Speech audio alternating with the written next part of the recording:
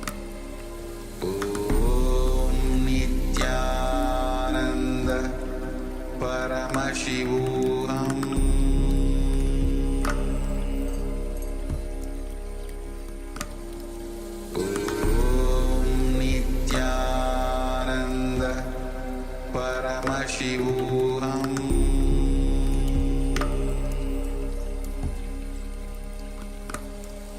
Om Nithyananda Paramashivoham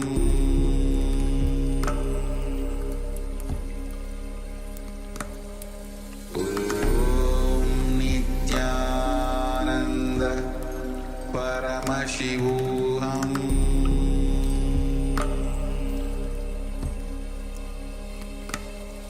Om Nithyananda Paramashivoham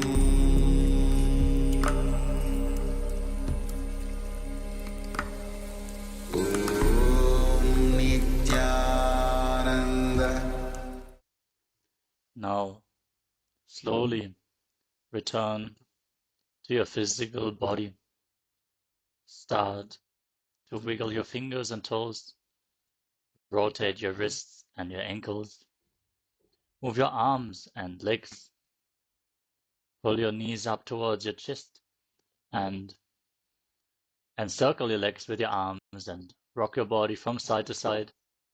Slowly return to a comfortable seated position.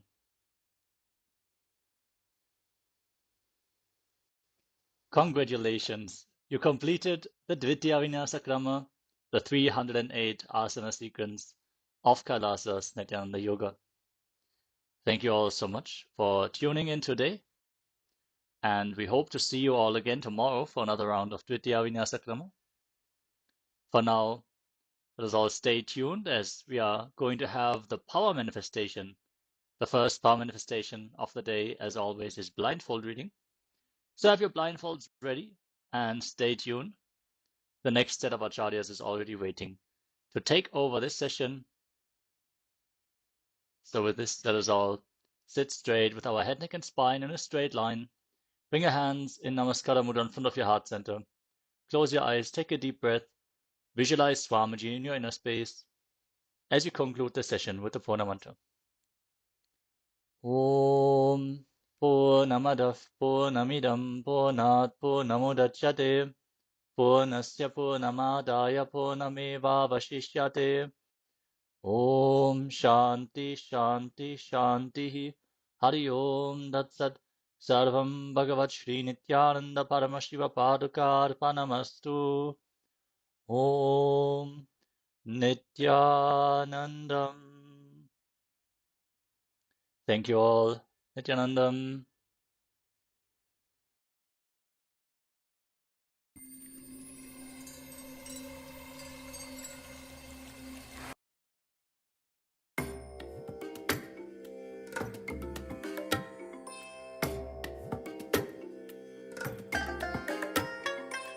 I bless you all. Let you all open all your three eyes and manifest the powers of Mahasadashiva. Om Nithyananda Paramashivoham. Om Nithyananda Paramashivoham. Om Nithyananda Paramashivoham. Om Nithyananda Paramashivoham. Om Nithyananda Paramashivoham. Om Nithyananda Paramashivoham. Om Nithyananda Paramashivoham. Om Nithyananda Paramashivoham.